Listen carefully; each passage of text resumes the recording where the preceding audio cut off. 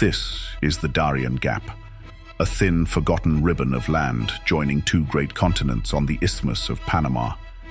Today, it is one of the most remote and impassable jungles on Earth, a place of smugglers, swamps, and secrets. But for a brief, catastrophic moment at the twilight of the 17th century, this sweltering coastline was the center of the world.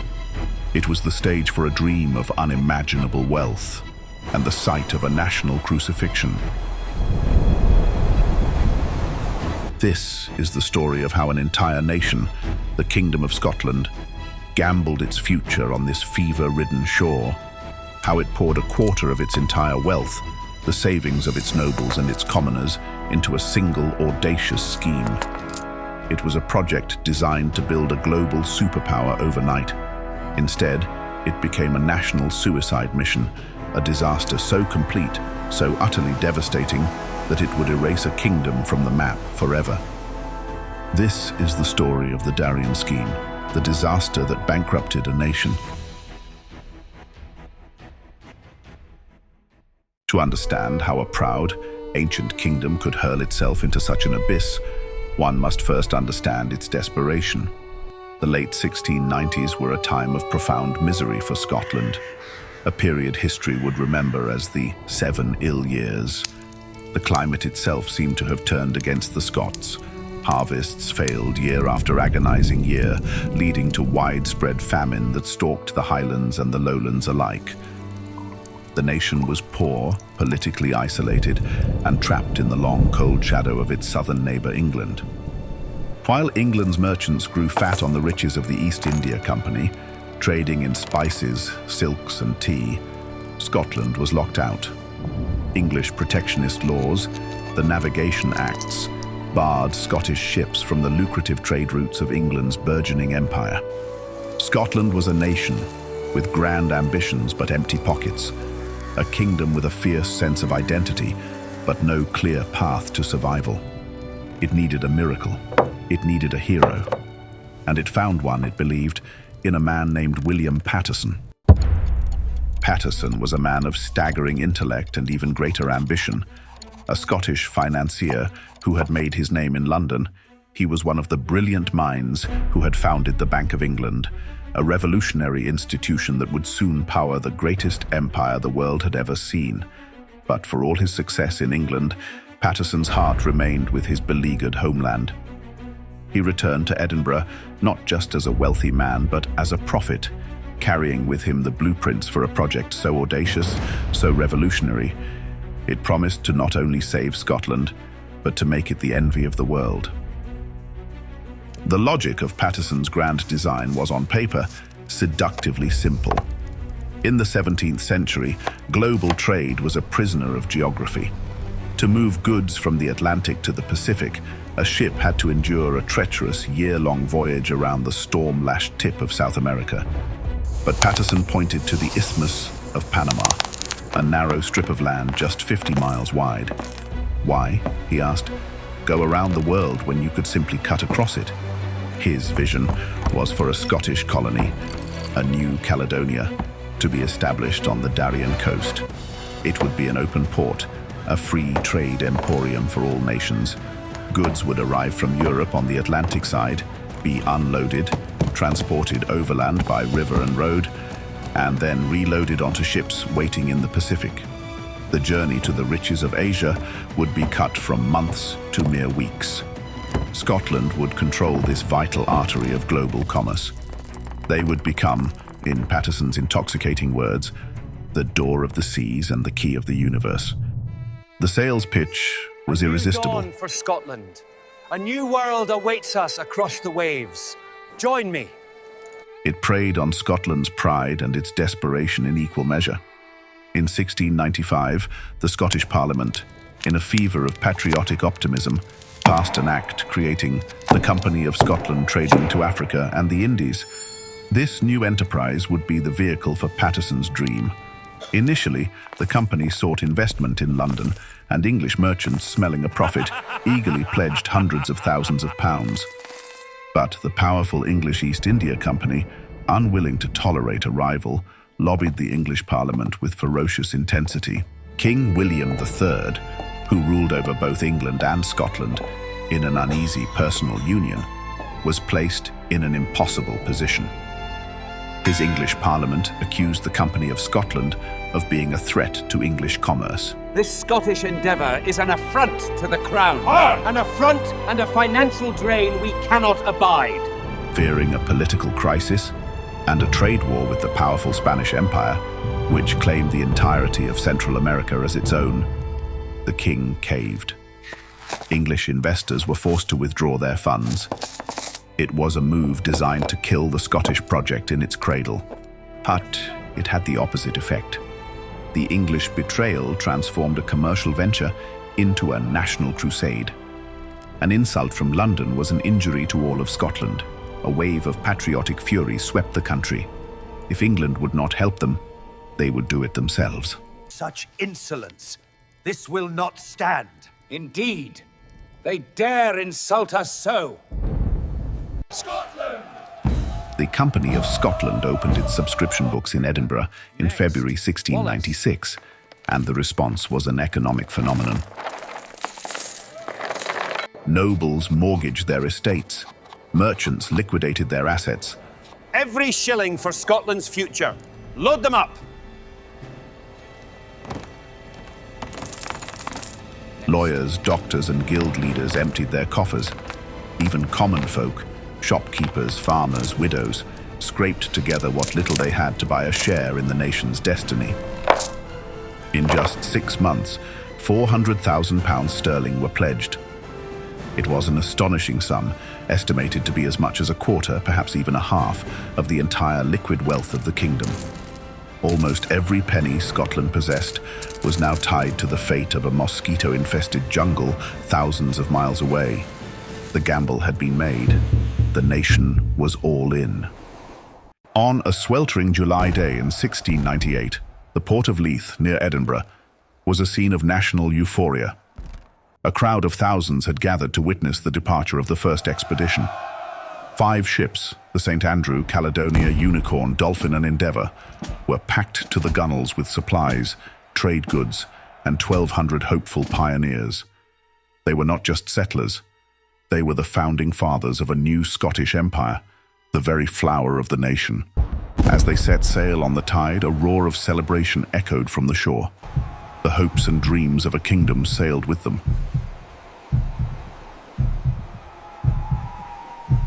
Pert below decks, the seeds of disaster had already been sown. The planning had been fatally flawed, driven more by patriotic fervor than by practical consideration. The cargo hold was a testament to this folly. They carried thick woolen cloth and heavy wigs, utterly useless in the tropics, but few practical tools for clearing a jungle. They had crates of Bibles to convert the natives, but a critical shortage of basic medicine. The food supplies consisted mainly of salted beef, biscuits, and salted fish, a diet guaranteed to bring on scurvy and decay in the oppressive heat. Worst of all, the leadership was a fractured council of squabbling nobles and merchants, with no single, decisive commander. Even William Paterson, the architect of the dream, was stripped of any real authority after a dispute over funds. He sailed with them as a mere advisor, his warnings often ignored.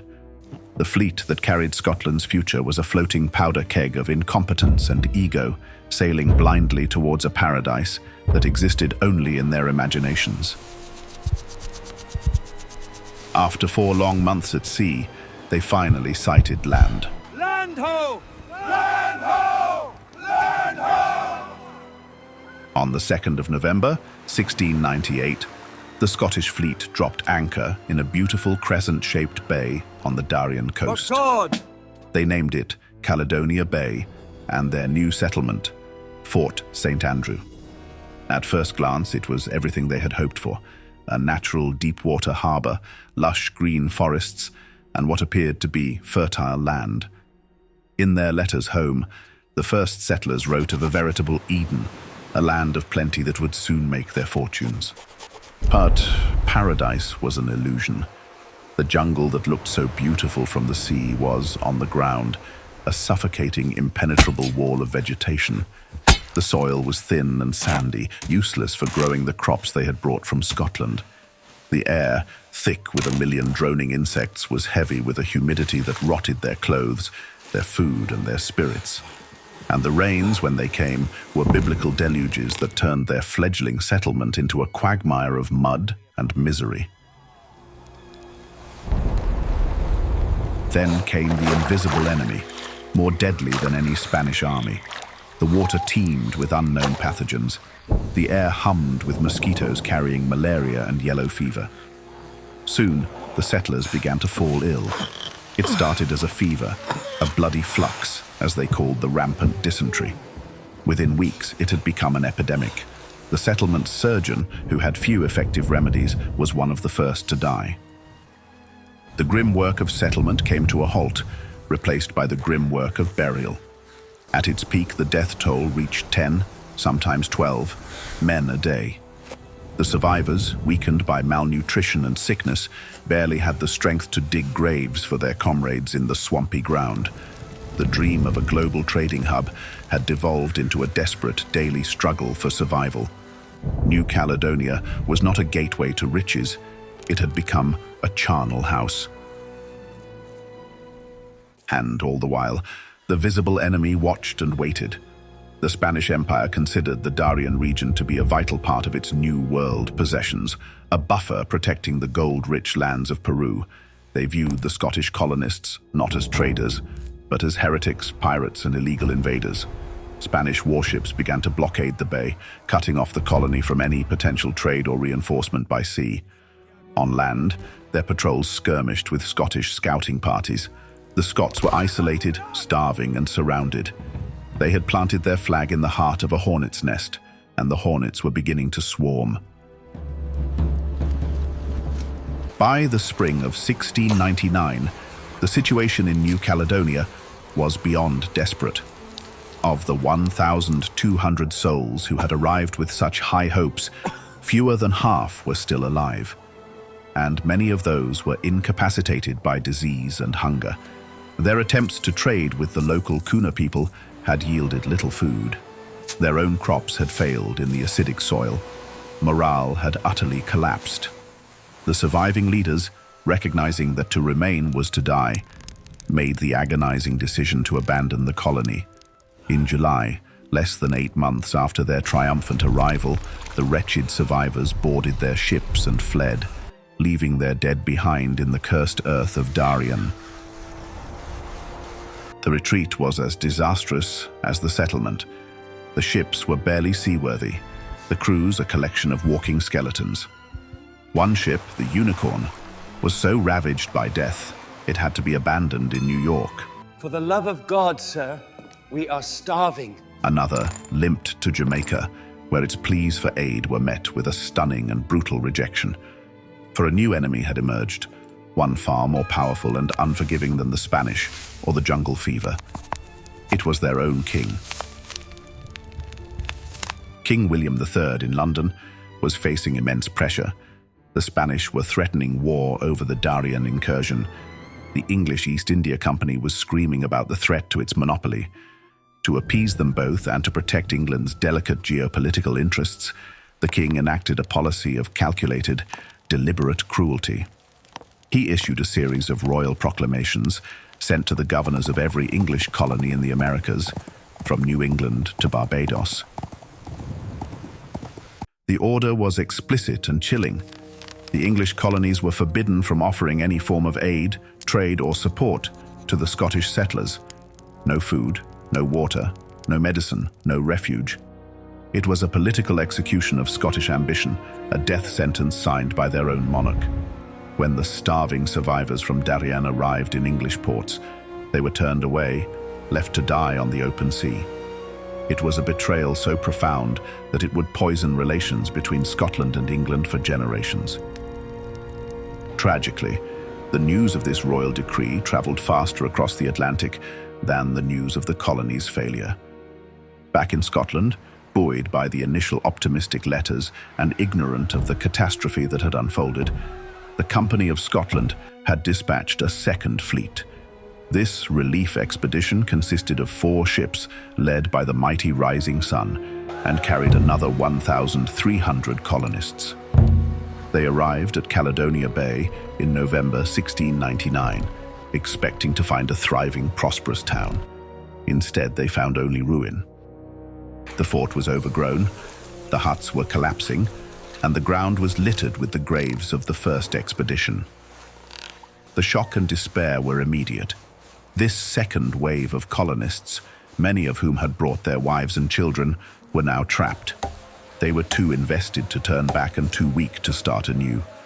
They attempted to rebuild the fort, but they were plagued by the same diseases, the same internal divisions, and the same gnawing hunger that had destroyed their predecessors.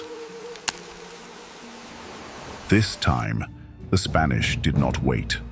The governor of Cartagena, Don Juan Pimienta, a ruthless and efficient commander, saw his chance to crush the Scottish intrusion once and for all. He assembled a powerful fleet and a veteran army, blockading the bay and surrounding the ramshackle Fort St. Andrew. The Scots were outnumbered, outgunned, and starving. The ensuing siege was short and brutal. Spanish cannons pounded their pathetic defenses while disease ran rampant within the walls. The Scots, under the command of a man named Alexander Campbell of Fonab, mounted a few desperate, courageous, but ultimately futile counterattacks. But it was hopeless. Facing total annihilation, they were forced to sue for peace. On the 31st of March, 1700, the colonists surrendered to the Spanish. Pimienta, in a gesture of military respect, granted them honorable terms. They could leave with their weapons and flags, provided they abandoned Darien forever. The dream of New Caledonia was officially dead. The final retreat was a voyage into hell. The flagship, the Rising Sun, battered by a hurricane, went down with all hands. Other ships were lost, wrecked, or captured. Of the 2,500 Scots who had sailed for Darien with fortunes to make and an empire to build, only a few hundred ever made it back to their homeland. They returned not as heroes, but as ghosts, the living specters of a nation's shattered dream. The news of the final surrender at Darien trickled back to Scotland, not as a single decisive blow, but as a slow, agonizing poison. A ship here, a survivor there, each bringing fresh tales of death, disease, and humiliation. When the full scale of the catastrophe finally became clear, a tidal wave of grief and fury engulfed the nation. The loss of life was staggering, a demographic blow to a small country, but it was the financial ruin that was truly apocalyptic. The £400,000 invested in the Company of Scotland was gone. Entire family fortunes, built over generations, vanished overnight. The life savings of merchants, farmers, and widows had been swallowed by the Panamanian jungle. The nobility was crippled by debt. The burgeoning middle class was wiped out. The nation's treasury was empty. Scotland was, in every meaningful sense of the word, bankrupt. The public rage needed a target, and it quickly found one: England. The perception, not entirely without merit, was that Scotland had been deliberately sabotaged, that King William and his English advisors had actively conspired to ensure the failure of the Darien Scheme. Riots erupted on the streets of Edinburgh. Prominent English officials were attacked, and the political atmosphere grew toxic with anti-English sentiment. Scotland was not just a broken nation, it was an enraged and humiliated one, desperate to lay blame for its own self-inflicted wound. From London, the English political establishment watched the chaos in their northern neighbour with a mixture of alarm and cold calculation. They saw a nation on its knees, financially ruined, politically unstable, and seething with a rage that could easily boil over into war or perhaps worse, a renewed alliance with England's great enemy, France. For years, England had sought a full political union with Scotland to secure its northern border and unify the island of Great Britain under a single parliament. Now, with Scotland at its most vulnerable, they saw their ultimate opportunity. A lifeline or a leash, you decide. A union. They came to the negotiating table with an offer that was both a lifeline and a leash. They proposed an act of union. Scotland would dissolve its ancient parliament and send representatives to Westminster in London. In return, the Scots would gain access to England's protected colonial trade routes, the very prize they had sought at Darien. But the most crucial, most seductive part of the deal was financial. The English Parliament offered to pay a sum of nearly £400,000, a figure almost identical to the capital lost in the Darien venture. This payment, known as the equivalent, was ostensibly to compensate Scotland for taking on a share of England's national debt. But everyone knew its true purpose. It was a bailout, a direct reimbursement to the powerful Scottish nobles and investors who had been personally ruined by the Company of Scotland. It was a brilliant, cynical piece of statecraft. England was offering to buy the very sovereignty that Scotland could no longer afford. The debate that followed in the Scottish Parliament was one of a nation arguing with itself over the price of its own soul. Men like Andrew Fletcher of Saltoun argued passionately against the Union, declaring, "I can see the ruin of my country." But the arguments for national pride could not compete with the reality of empty coffers. Many of the very same parliamentarians who had championed the Darien Scheme now saw the Union as the only way to recoup their devastating losses. In 1707, by a narrow and bitterly contested vote, the Scottish Parliament voted itself out of existence. The Act of Union was passed. The independent Kingdom of Scotland, after more than 800 years of history, was no more. The line from the humid shores of Caledonia Bay to the creation of Great Britain is direct, brutal, and undeniable. The dream of a Scottish empire died here, in this mud and this misery. And in its death, it created a power vacuum so profound that only a union with its old rival could fill it. A tiny, forgotten stretch of Panamanian coastline, the graveyard of Scottish ambition, became the unlikely birthplace of the modern United Kingdom. It stands today as a silent, sweltering monument to the thin, treacherous line that separates a glorious vision from a catastrophic delusion, and a stark reminder of how a nation's desperate gamble for greatness can lead directly to its own demise.